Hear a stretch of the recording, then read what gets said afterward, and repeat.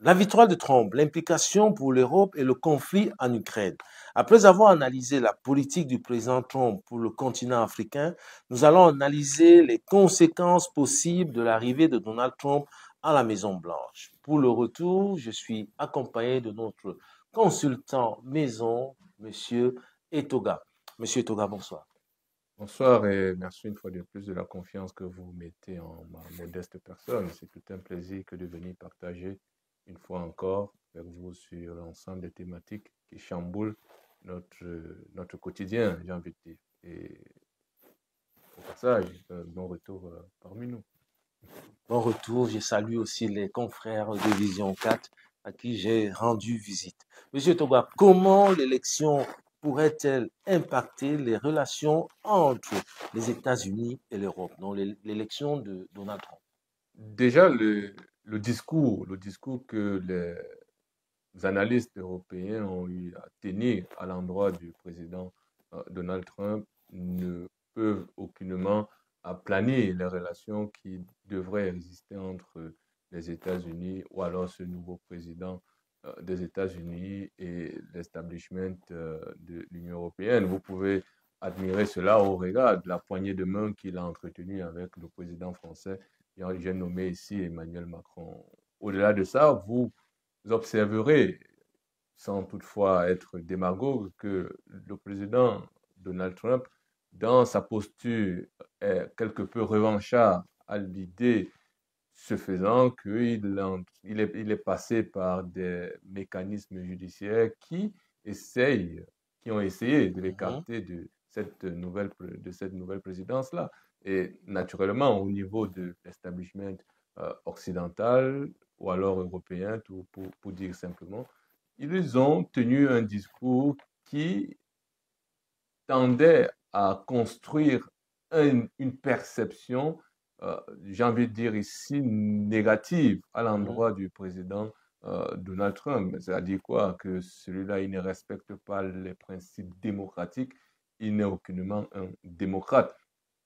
Par conséquent, il ne peut aucunement briguer à la présidence américaine. Et fort de ce discours-là, les relations entre ces deux entités, les relations bilatérales entre ces deux structures ou alors ces deux organisations, j'ai nommé ici les États-Unis et l'Union européenne, ou alors l'ensemble des États de l'Union européenne ne peuvent qu'être froides. Froides pour la simple et bonne raison qu'ils sont un peu déboussolés quant au résultat qui s'est tenu, au résultat qu'a obtenu, j'ai envie de dire, Donald Trump aux dernières élections aux États-Unis. De plus, est-ce que la vision protectionniste et son pessimisme envers les institutions multilatérales pourrait compliquer les relations économiques et diplomatiques entre les deux continents? Oui, tout à fait, tout à fait. Vous savez que le discours occidental, c'est la fin du protectionnisme des États. Ils sont dans le capitalisme global, sans frontières, j'ai envie de dire. Et vous avez les institutions qu'ils ont mis en place, TAFCA, je pense, le commerce transatlantique, ce contrat-là. Or, le discours que Donald Trump vient avec, c'est un discours qui, à mon sens, est protectionniste, comme vous le dites, parce que son slogan Make America Great Again à son premier mandat, et il revient avec, j'ai envie de dire, il a récidivé avec ce slogan qui, à mon sens, essaye de remettre l'Amérique sur les bons rails, selon lui. Et donc, ce discours ne croise pas véritablement les idées ou alors les idéaux que se fixent les pays de l'Union européenne qui sont dans un capitalisme appauvrissant pour la population. Or, Donald Trump ici voit en sa méthode un protectionnisme qui garantit, n'est-ce pas, l'éveil du citoyen américain, l'éveil des entreprises américaines pour les hisser au niveau optimal en termes de concurrence avec les puissances telles que la Chine, la Russie et j'en passe.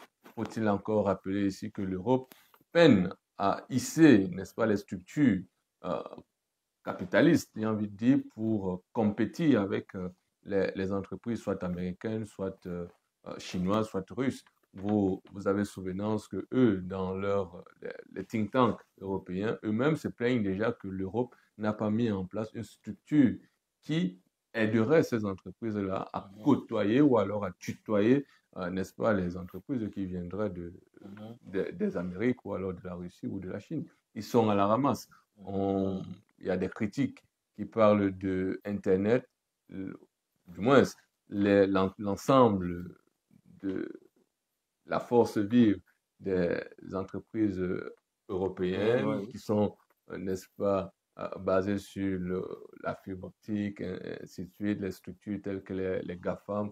Il n'y a aucune entreprise européenne à l'intérieur et donc ils sont à la ramasse à ce niveau-là. Ils aimeraient bien tutoyer, c'est pourquoi ils développent des circuits parallèles pour, n'est-ce pas, essayer de rivaliser au mieux avec les structures qui viennent des États-Unis. Et donc, naturellement, les États-Unis et l'Europe, il y a des frictions. Le protectionnisme grandissant avec l'avènement de Donald Trump au pouvoir ne va que confirmer, n'est-ce pas, la volonté de Donald Trump à donner une nouvelle image aux Amériques.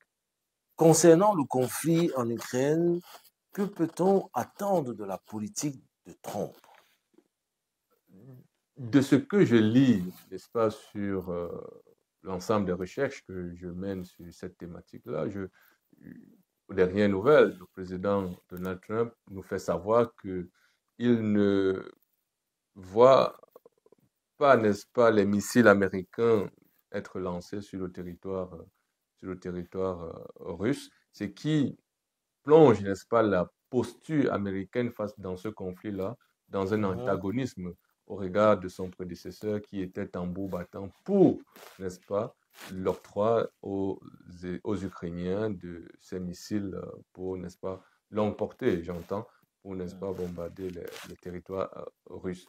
Ici, Donald Trump vient dans une stratégie d'accalmie, d'apaisement, à mon sens, qui aiderait peut-être à la longue à retrouver, n'est-ce pas, ce climat qu'on a perdu à la dernière rencontre entre la partie ukrainienne et la partie russe, naturellement en Turquie, à savoir qu'à cette négociation-là, les Amériques, moins de Joe Biden, a tout fait pour que le conflit ne trouve pas une paix certaine ou alors une paix dans le temps qui se voudrait durable.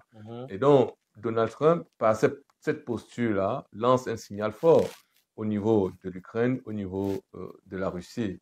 Est-ce que ce message qu'il essaye de transmettre à ces deux protagonistes-là va trouver bonne oreille pour, n'est-ce pas, aider à ce que les Ukrainiens d'en bas, comme votre confrère aime souvent à dire, les citoyens d'en bas, pour ne pas copier Aristide Monod, le docteur Aristide Monod, qui parle des citoyens d'en bas, pour que les citoyens d'en bas ukrainiens ne souffrent pas de cette guerre fratricide, de cette guerre meurtrière, de cette guerre qui ne fait que du tort à ceux qui n'ont pas du capital et qui enrichit naturellement ceux qui ont la capacité à produire de la richesse, c'est-à-dire ceux qui ne cherchent qu'à faire du profit. Et la guerre devient ici un élément de construction de sa fortune, de construction de sa richesse.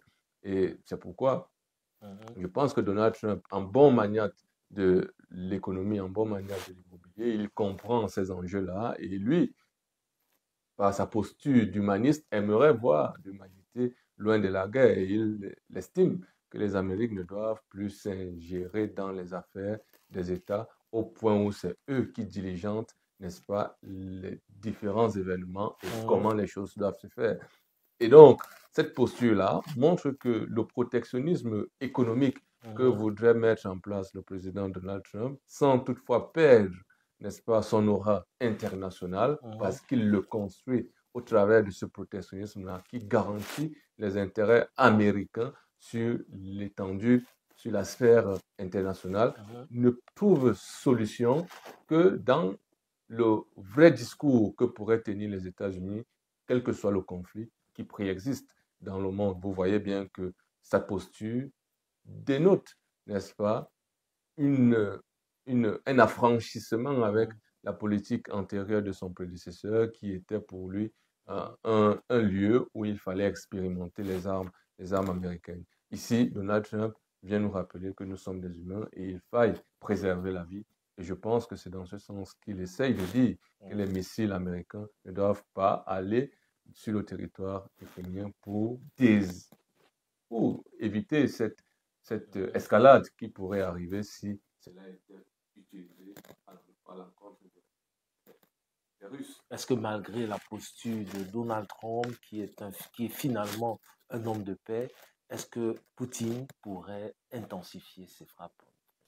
Avec l'évolution de la géopolitique au niveau international, c'est-à-dire le renversement de Bachar al-Assad, aujourd'hui, on est en droit de s'interroger sur la non-riposte de la Russie quant à la protection annoncée de Bachar al-Assad par la Fédération de Russie.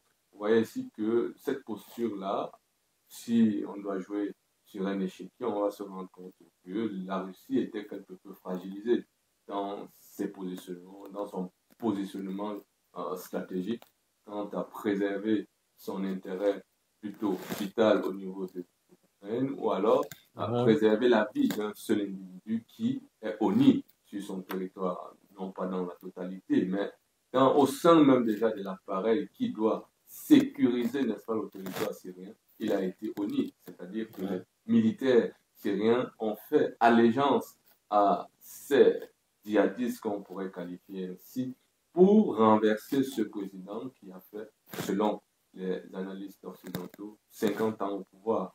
On reviendra en profondeur sur cette question. Vous voyez ici que la Russie, à ce moment, était en ballottage. Que faire?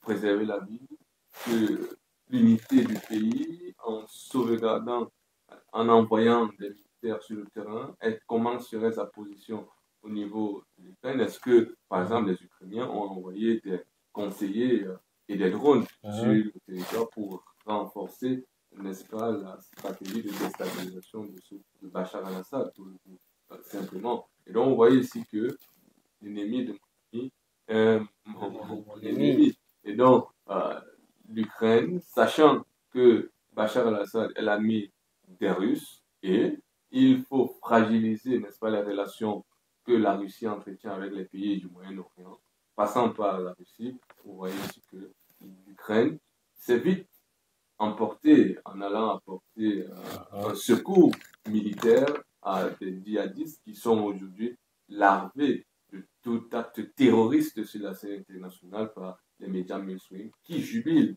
victoire, qui crient victoire, qui crient, n'est-ce pas, que la démocratie aujourd'hui est l'avènement d'un terroriste au pouvoir. Et donc, on ne peut que conclure que la Russie a peut-être joué sa bonne carte, c'est-à-dire se rétracter, garder ses distances face à ce qui se passe sur la scène internationale et donner une fois de plus des éléments de lecture à la scène internationale pour dire que le discours que tient la communauté internationale pour, n'est-ce pas, nous plonger dans une démocratie tambour battant, ne rencontre pas les actions que nous posons dans les faits. Et donc, pour dire simplement que la Russie donne encore un élément de lecture à la jeunesse africaine, à la jeunesse du Moyen-Orient, qui voudrait bien comprendre les enjeux stratégiques de cette situation géopolitique que nous vivons. La réélection de Trump pourrait-elle diviser davantage l'Europe?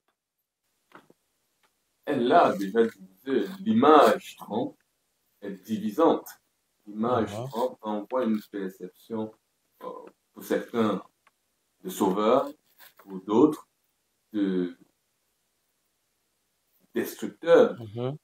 À mon sens, on regarde des événements du Capitole où cela consacre, n'est-ce pas, la sortie de Donald Trump dans la sphère des dirigeants démocratiquement élus, à savoir qu'il a rejeté, n'est-ce pas, l'élection de Biden, l'élection qui a consacré l'avènement de Joe Biden. Et donc, pendant tendance était les événements du Capitole, l'emblème même de la démocratie américaine. Vous voyez ici que le renvoi que cela donne à l'imaginaire des Européens, j'ai envie de dire de ceux qui pensent, n'est-ce pas, ces questions-là, c'est que Donald Trump est divisant, Donald Trump est clivant.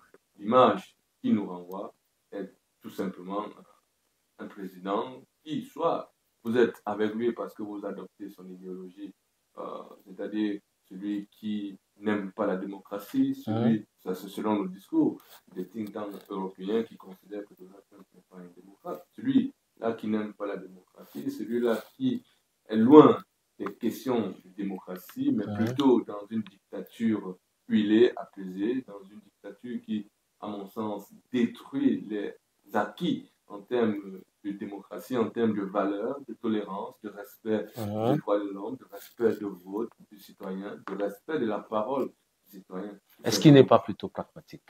Le pragmatisme est quelque chose, est un élément, est une donnée que vous introduisez dans la question démocratique. Faut-il être pragmatique pour être démocrate ou il ne faut pas être pour polisser son discours, il faut l'enjoliver tel qu'on le fait dans le continent européen pour être considéré comme démocrate. Mais au regard de la posture du président russe et naturellement du président Trump, vous voyez, les deux ont quelque chose de commun, c'est-à-dire ce pragmatisme-là, cette analyse froide de la situation, une prise de décision éclairée. Vous avez souvenance que quand on avait fait un comparatif de candidats à cette élection américaine, parlant de Kamala, non pas Kamala Harris, c'est Kamala Harris. Kamala Harris, c'est Donald Trump. On a fait savoir que Donald Trump est dans une posture pragmatique. Oui, il voudrait voir, n'est-ce pas, les relations internationales fondées sur un pragmatisme états-unien. C'est-à-dire, lui, là, cette appartenance-là à l'émergence d'une Amérique, c'est à nous aussi d'avoir notre pragmatisme africain, notre pragmatisme russe. Et donc, cette convergence de pragmatisme-là doit donner quelque chose de fondamental pour l'émergence d'un monde qui se veut nouveau, c'est-à-dire multipolaire. Et en passe, ça, c'est au sens russe de ce pragmatisme. Mais maintenant, arrivé au pouvoir, il continue dans cette posture pragmatique qui ne rencontre pas véritablement le discours que tiennent les analystes européens qui considèrent que Donald Trump ne comprend même pas l'enjeu présidentiel, ne comprend pas, n'est pas en mesure de diriger la grande Amérique. Le rêve Amérique se vit sur le continent européen. Les Européens, ceux qui considèrent que la science est américanisante, considèrent les États-Unis comme étant l'apogée de la démocratie. Et donc, Donald Trump vient ici mettre en mal cette démocratie consacrée, n'est-ce pas, au niveau des Amériques. Et donc, Donald Trump, son image, elle est clivante. Soit on est pragmatique selon le discours trumpiste, soit on est dans la négation de la démocratie pour être en déphasage avec le président Donald Trump. Et là, on se considère comme ça. En somme, quels sont les défis majeurs pour l'Europe face à cette situation? Le défi, à mon sens, il est doux. Le premier que je vois ici, c'est les relations qui seront froides.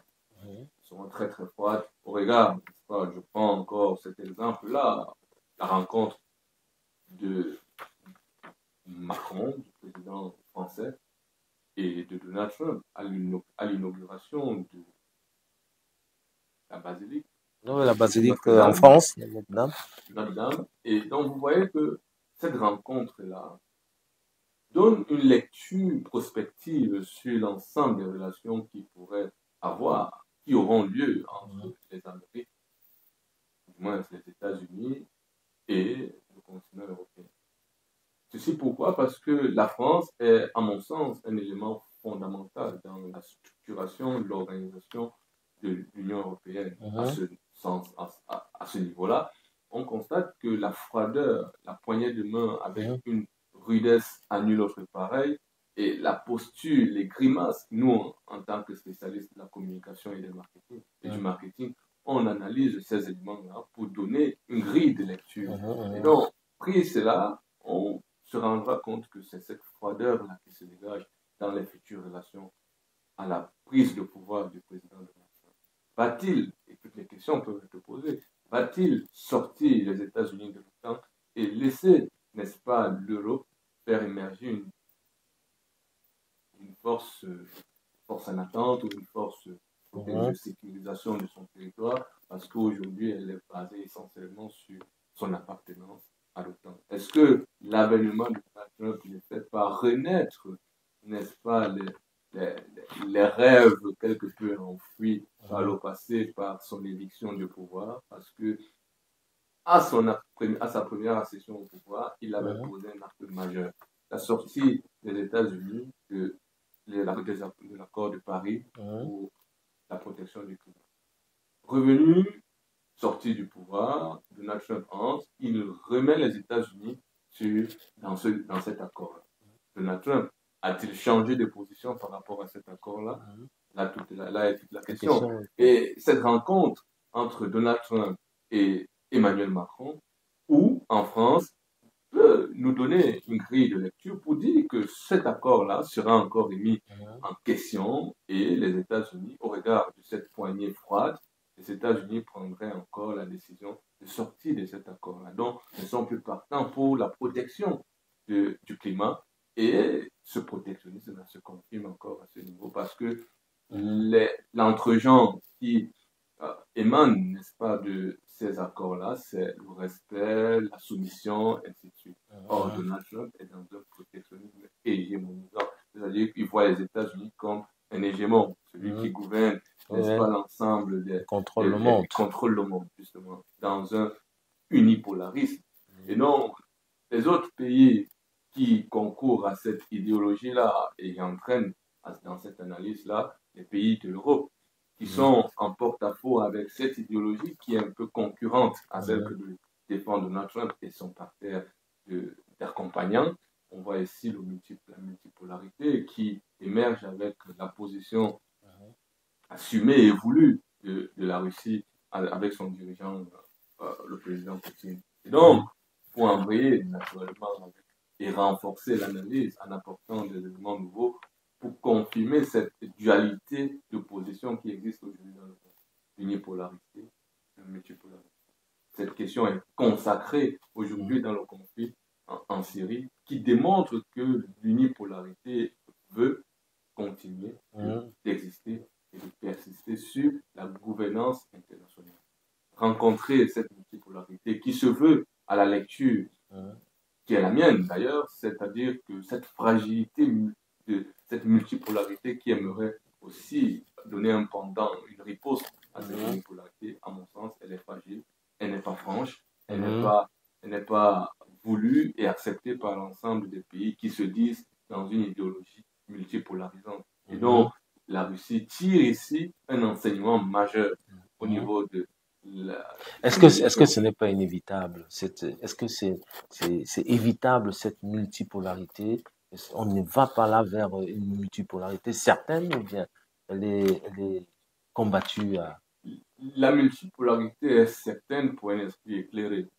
Aujourd'hui, si vous restez dans un dogmatisme états-unien, vous allez rester dans une unipolarité, même dans l'esprit d'analyse que vous allez pas mettre en place, sans toutefois. Et c'est eux qui nous enseignent, n'est-ce pas, l'éveil, culture de la pensée critique.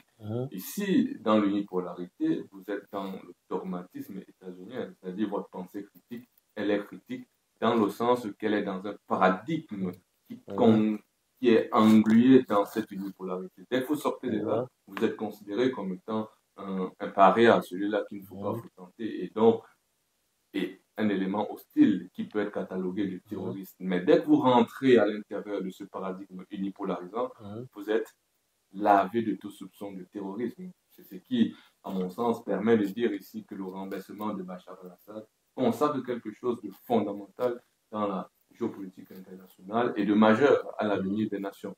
C'est-à-dire quoi? Aujourd'hui, les nations peuvent vous cataloguer. Le terrorisme, ça c'est ma réflexion, bien sûr, le terrorisme aujourd'hui est un élément de conquête de pouvoir, est un élément d'accession au pouvoir, est un élément de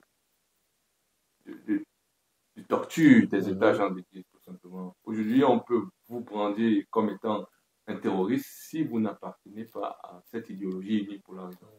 On vous inscrit dans une liste de citoyens qui posent des actes visant à déstabiliser les États, visant à commettre des meurtres, visant à terroriser les citoyens. Mais dès que vous sentez que c'est ce citoyen-là, qu'on a au préalable catalogué de terroriste, peut nous apporter quelque chose dans l'accomplissement d'un agenda que nous avons nous-mêmes défini, et dont on lui assigne une mission pour consacrer notre unipolarité dans la gouvernance des affaires du monde. Et donc, il vient accomplir sa tâche et il passe de terroriste à démocrate. Un citoyen.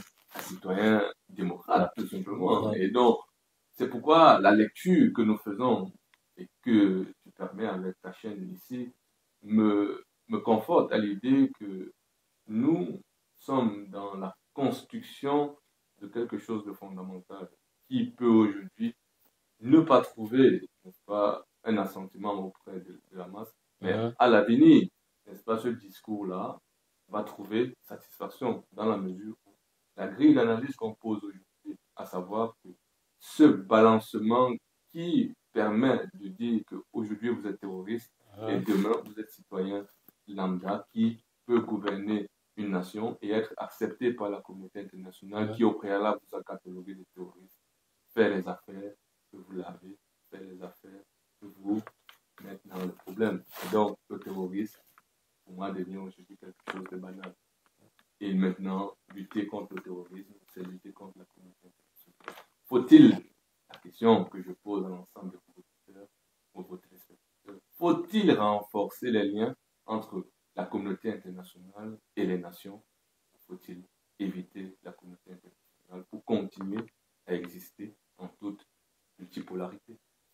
Est-ce que Donald Trump mettra en application cette menace concernant les pays qui laisseront tomber le dollar pour une autre monnaie? Est-ce que cette menace est réaliste ou tout simplement Donald Trump veut stratégiquement remettre à jour l'hégémonie américaine sur la place mondiale? Par contre, le président Vladimir Poutine estime que cette menace risque au contraire de précipiter la chute du dollar. Vous savez, on vient de parler sur une notion qui, ma foi, est complexe et, à mon sens, est confortée par ce questionnement que vous apportez. Est-ce que nous devons continuer à traiter les questions de terrorisme en dehors des fabricateurs de ce terrorisme? Vous voyez ici, votre question me plonge de prime abord dans ce que je peux qualifier aujourd'hui et consacrer par des analystes antérieurs à moi de terrorisme économique.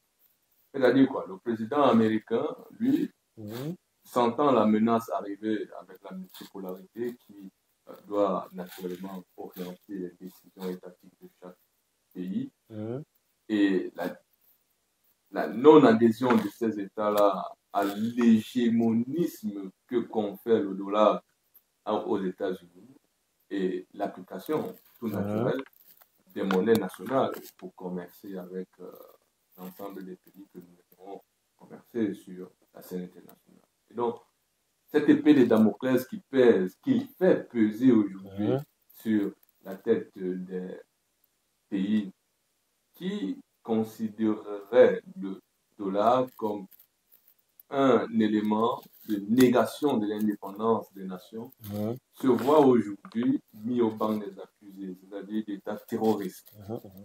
Et Mohamed Doulani, qui aujourd'hui a accédé à Damas, qui a fait allégeance naturellement à l'État d'Israël et corrélativement à ça aux États-Unis, est aujourd'hui démocrate. C'est-à-dire quoi? Vous qui cherchez l'indépendance, non pas vers le chemin états-unien, vous êtes tout simplement mis sous embargo, c'est-à-dire terrorisme économique. Et naturellement, ça menace vaut son pesant d'or. Parce Tout que à fait. le dollar est encore la monnaie courante des Mhm. pays qu'on pourrait qualifier en développement. Mhm. Et ces pays-là auront-ils la toute indépendance de dire au président des États-Unis que son dollar ne peut aucunement garantir l'émergence économique de nos nations parce que nous sommes voués à devenir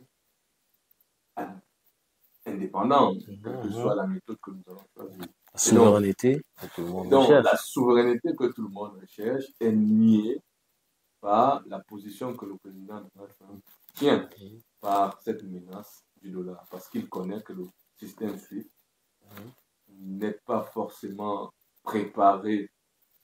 Les métastases de cette décision-là, les États n'ont pas forcément préparé cela comme la Russie l'a préparé depuis 2014, au point où elle s'est fait front à cette décision-là. Si aujourd'hui on va à l'encontre du diktat, on se retrouve là dans le discours de la Deuxième Guerre mondiale, la fin de la Première Guerre mondiale, que l'Allemagne a considéré que les décisions du traité de Versailles sont comme un diktat, c'est-à-dire on impose l'application, la résolution du conflit, ou alors la responsabilité du conflit à l'Allemagne. Aujourd'hui, Donald Trump nous formule un diktat que soit vous utilisez le dollar, soit vous allez subir l'effet des Damoclès qui pèsent sur votre tête, c'est-à-dire la fragilisation de vos économies.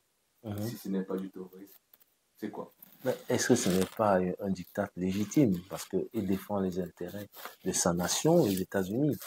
C'est un diktat légitime qui devient illégitime dans la mesure où il vise à déstabiliser les États. Le protectionnisme des intérêts des États ne doit pas mettre en mal l'émergence des autres pays, des autres États, à mon sens. J'ai envie de dire que oui, il est dans son bon droit de faire valoir toute son autorité sur l'usage ou la non-usage du dollar. Mais sauf que nous avons aussi cette liberté de dire que nous voulons utiliser le rouble, nous voulons utiliser le yuan, nous voulons utiliser, nous voulons.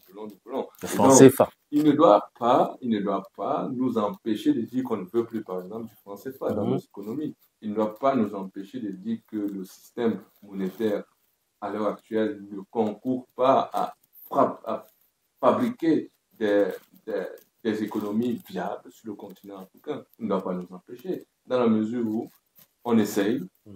C'est le financement du terrorisme par des mécanismes que nous connaissons tous, des ONG par-ci, des ONG par-là, des révolutions de couleurs qui nous sont proches, parce que là, on n'est pas très loin d'une révolution de couleurs. Au cas où vous avez essayé d'accepter, il ne s'adresse pas à la population, il s'adresse aux dirigeants.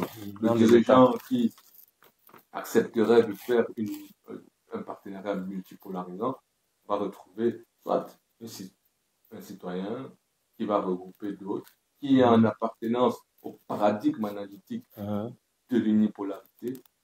Et donc, on se retrouve avec cet antagonisme-là, un président qui voit la multipolarité, mais des citoyens qui voient l'unipolarité et qui vont naturellement essayer de le renverser. Et donc, on voyait ici que le Trump a compris les enjeux et il en abuse allègrement parce que ses prédécesseurs ont travaillé à fabriquer la conscience africaine, à concourir uniquement à la sauvegarde des intérêts des étrangers sur leur territoire. Pour dire simplement que Donald Trump n'est que la continuité de Barack Obama, de Joe Biden. Donc, ils vont continuer à utiliser les avantages que les prédécesseurs ont laissés sur leur chemin pour aménager leur gouvernement. Aujourd'hui, le dollar qui est menacé, il fait brandir, n'est-ce pas, ce terrorisme économique sur les États. Est-ce que le citoyen africain, aujourd'hui, avec Africa Young Leaders, que Barack Obama avait mis en place pour fabriquer le futur dirigeant africain, est-ce que Donald Trump ne compte pas sur ça pour la mise en application de son dictat? Là est toute la question. L'avenir nous le dira. Pour revenir à l'opération spéciale russe, est-ce que Vladimir Poutine a atteint ses objectifs qu'il s'était fixés en 2020? Jusqu'ici, on peut dire qu'il a atteint ses objectifs. Aujourd'hui, il y a une reconnaissance au niveau international de l'existence du néonazisme en Ukraine. Et donc, on ne peut aucunement nier si on est en condition de lutter contre le nazisme. C'est-à-dire, si on, puisque les Occidentaux nous permettent aujourd'hui de se dire et de dire en même temps, dans la mesure où on peut avoir traité le nazi à Hitler, aujourd'hui on peut dire que Hitler n'était pas nazi. Parce que les intérêts ne rencontrent plus ce que nous avons cherché. Aujourd'hui, on peut traiter, hier on a traité à Mohamed Joulani, si vous prononcez son nom, de terroriste. Aujourd'hui, un démocrate qui sera reçu peut-être à l'Élysée, de terroristes modérés, comme Laurent Fabius avait dit. Donc, vous voyez ici que les armes de la terreur sont utilisées, soit pour conforter nos intérêts, soit pour fragiliser, n'est-ce pas, les positions de nos adversaires sur quelques champs de bataille que ce soit. Ici, Joulani Mohamed a été utilisé pour fragiliser l'Iran, a été utilisé pour fragiliser la Russie, a été utilisé pour fragiliser, n'est-ce pas, la percée fulgurante que la Russie a eu au sein du Moyen-Orient par sa diplomatie pragmatique, j'ai envie de dire. Et donc, Joulani, de terroriste à héros à Damas, de Damas, un héros qui aujourd'hui nous fait savoir qu'il est démocrate parce qu'il a fait allégeance à Israël, qui a déjà empiété sur le territoire russe. Nous sommes là dans la balkanisation préparée et souhaitée des Amériques sur le territoire syrien, qui aujourd'hui, la manne pétrolière est mise en mal parce qu'elle est contrôlée par ce qu'on qualifiait hier de terroristes, mais aujourd'hui de démocrates. Et donc, naturellement, on a réussi confortée dans sa lutte, elle est confortée dans l'objectivation de ses missions et elle est confortée dans la mesure où la scène internationale est mise à mal dans les grilles de lecture qu'on peut tenir aujourd'hui parce qu'elle ne sait plus quel vocabulaire amélioratif utiliser pour embellir la situation dans laquelle elle s'est mise toute seule. Et donc, la Russie, ayant conforté ses positions sur le continent africain, ses positions au Moyen-Orient, raffermir ses relations avec l'Iran et l'Inde, j'en passe, montre que la multipolarité a quelques failles parce que est inféodée par des pays qui n'ont pas en vision cette multipolarité-là. Mais les objectifs de guerre que s'est fixé sur le territoire ukrainien, c'est-à-dire lutter contre le néonazisme, éviter que l'Ukraine bascule, n'est-ce pas, dans la neutralité voulue, l'Ukraine doit être respectée, et naturellement affirmer les positions russes partout où il sera, c'est-à-dire conforter la respectabilité du russe sur la scène internationale. Aujourd'hui, c'est ce qui est fait. Le président Donald Trump ne peut pas se permettre de traiter un Poutine comme les États-Unis avaient eu à traiter Mikhail Gorbatchev, par exemple, avec la perestroïka, qui a simplement accepté allégeance à l'idéologie capitaliste. Alors aujourd'hui, nous sommes revenus à des valeurs, la défense des valeurs telles que l'Europe adore. Et donc, le président Poutine défend quelles valeurs et le président Donald Trump défend quelles valeurs. Il se rend compte au niveau de l'application orthodoxe de la Bible, j'ai envie de dire, et donc il conforte l'idée que la famille est quelque chose de fondamental. Or, dans le discours occidental, on a un ensemble de valeurs qui nie la procréation, par exemple, qui nie pas l'émergence de quelque chose de fondamental qui aiderait à éduquer le citoyen pour un avenir dans la tolérance et j'en passe. Et donc, vous voyez que le président de Poutine en Ukraine a fait miroiter au-delà de l'objectif qu'il a fixé sur le territoire. Il a fait miroiter à certains citoyens du monde, les orientaux, que le monde devrait avoir, contrairement à ce que nous avons aujourd'hui. Et donc, ces objectifs sont, pour ma part, atteints sur le plan psychologique, sur le plan perceptif, mais sur le plan militaire, c'est en cours. Il l'armée iranienne.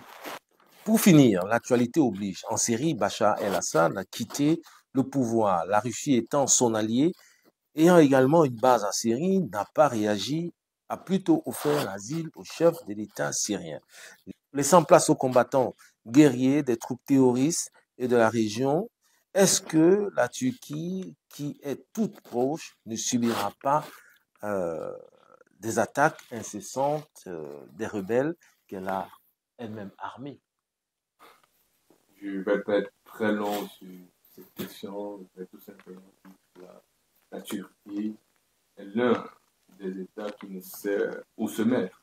Elle est soit dans une idéologie polarisante, c'est-à-dire affiliée avec les États-Unis, soit de temps en temps elle fait la fine bouche avec les idéologies multipolarisantes, où ses intérêts, quand ses intérêts sont quelque peu étiquetés au niveau des États de l'Union européenne, elle fait la fine bouche avec la Russie, la Chine, et j'en passe. Dès qu'elle sent que ces relations vont bon train parce que les négociations a eu lieu, elle se rebiffe et dit à la Russie, j'ai pas envie de continuer avec toi parce que je me sens bien au sein de l'État. Et donc, vous voyez que cette posture-là n'aide pas à faire une analyse claire de ce que la Turquie aimerait comme orientation idéologique pour le monde. J'entends. Et donc, les rebelles qu'elle a armés, avec l'aval de la Turquie, l'aval des États-Unis, il y a eu des compromis, naturellement. Est-ce que les Kurdes vont créer leur territoire isolé, reconnu par la communauté internationale? Aujourd'hui, avec l'aide que la Russie a apportée aux États-Unis et à Israël, je pense que cette question elle est close. Les Kurdes, à mon sens, n'auront plus de territoire à revendiquer sur quelques territoires que ce soit. Ils n'auront plus qu'à se confondre dans une masse pour essayer de vivre humainement, le plus humainement possible. Mais sinon, la Turquie, à mon sens, est un État qui recherche ses intérêts, qui recherche le moyen d'atteindre ses intérêts, qui implique tout simplement des objectifs pour atteindre ses intérêts, sauvegarder ses intérêts ou bien conquérir de nouveaux intérêts. Et donc, c'est un État opportuniste, comme on a envie de dire.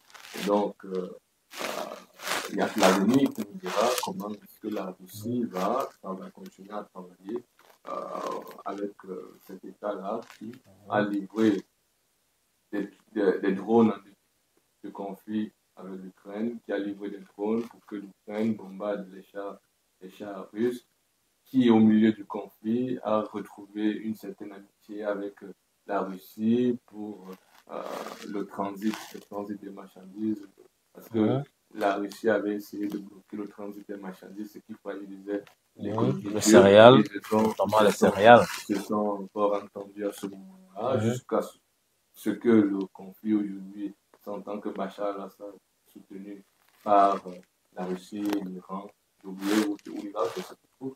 Et donc, tout ça, la Turquie recherche ses intérêts. Donc, elle ne peut que faire ce qui conforte sa position dans cette zone. La Turquie est un business. On verra si dans la région il n'y aura pas de conflits majeurs qui surviendront. C'est ici que s'achève cette émission de géopolitique. Nous vous donnons rendez-vous pour de prochains numéros. À très bientôt.